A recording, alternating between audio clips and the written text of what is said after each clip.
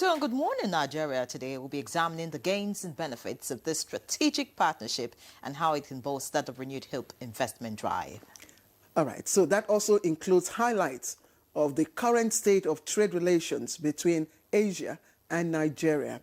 We will examine opportunities ahead, the role this cooperation can play in fast-tracking our development, and your place in it, most importantly. Exactly, and clearly as Nigeria seeks to diversify its economy, deepening ties with Asia becomes both important and strategic for our future. So just to cap our topic for this morning, we will be taking a closer look at how Asia-Nigeria trade diplomacy can power the renewed hope investment agenda started by this administration. I am Claire Adilabu Abdulrazak, and as always, we welcome you to Good Morning Nigeria from wherever you're watching us from.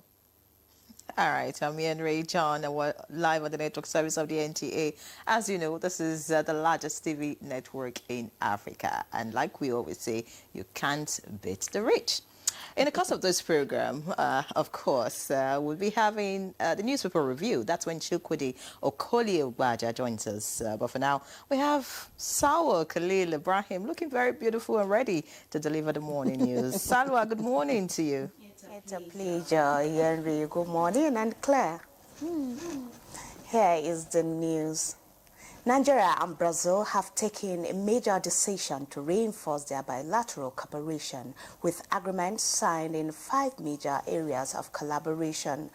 President Bola Tinubu and his Brazilian counterpart, Luiz Inácio Lula da Silva, both expressed a readiness to grow the relationship for the prosperity of both countries. Nós temos o maior repositório de gás. Então eu não vejo por que a Petrobras não entre como parceira da Nigéria o mais rápido possível.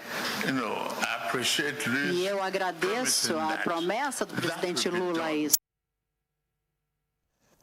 Back home, Nigeria is strengthening peacekeeping missions, deepening cooperation and impacting on defense institutions to speak with one voice, which is expected to be driven by investing in cyber defense as investments toward the defense of the continent.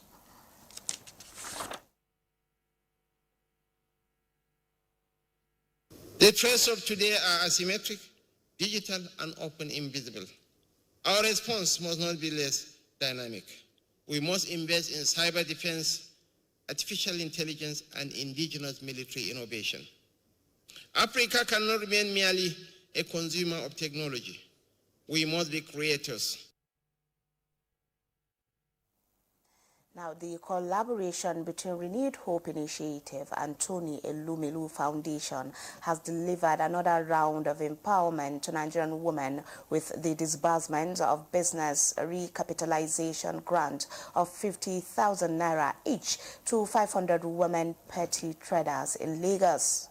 At the ceremony where she was represented, Nigeria's First Lady Oluremi Tinubu called for more collaboration and platforms to empower women.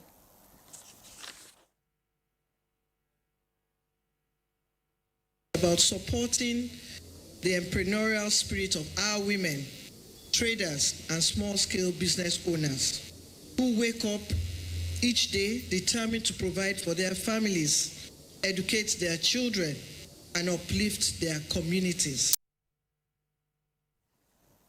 It is a new chapter at the Nigerian Television Authority, NTA, as its seasoned media executive Rotimi Richard Pedro officially assumed the role of Director General. The Director General takes the helm of Africa's largest television network alongside newly appointed executive directors following their appointment by President Bola Ahmed Tinubu. The media landscape of today is transforming by the minute. The media delivery platform is changing by the minute as well. What's relevant today may not be relevant tomorrow. So NTA as a national asset needs to be up to the task.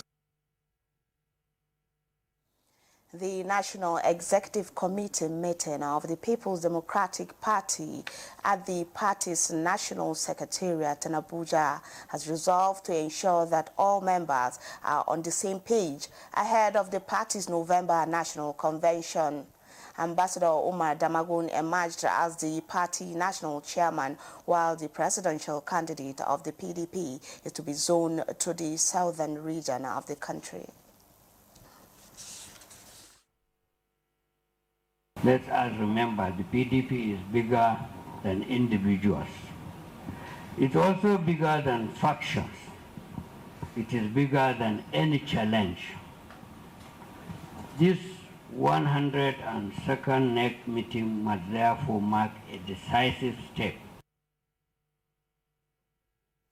Meanwhile, the governing All Progressives Congress APC assert that governors elected on the platform of the People's Democratic Party have exhausted their ideas.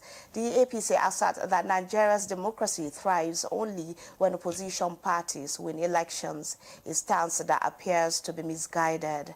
A statement signed by International Publicity Secretary Felix Moka adds that the landslide victories by the APC in the last by-election across state with significant presence of the opposition parties is an indication that President Bola Ahmed Tinubu's renewed hope agenda is gaining momentum, cementing the APC as the people's choice. The National Publicity Secretary urged the opposition to ponder on their defeat at the polls instead of accusing the APC of anti-democratic conduct, which it claimed has characterized PDP's activities in recent times. Those are the highlight of the news at this time. Good Morning Nigeria continues with Claire Anyari after the commercial break. Please stay with us.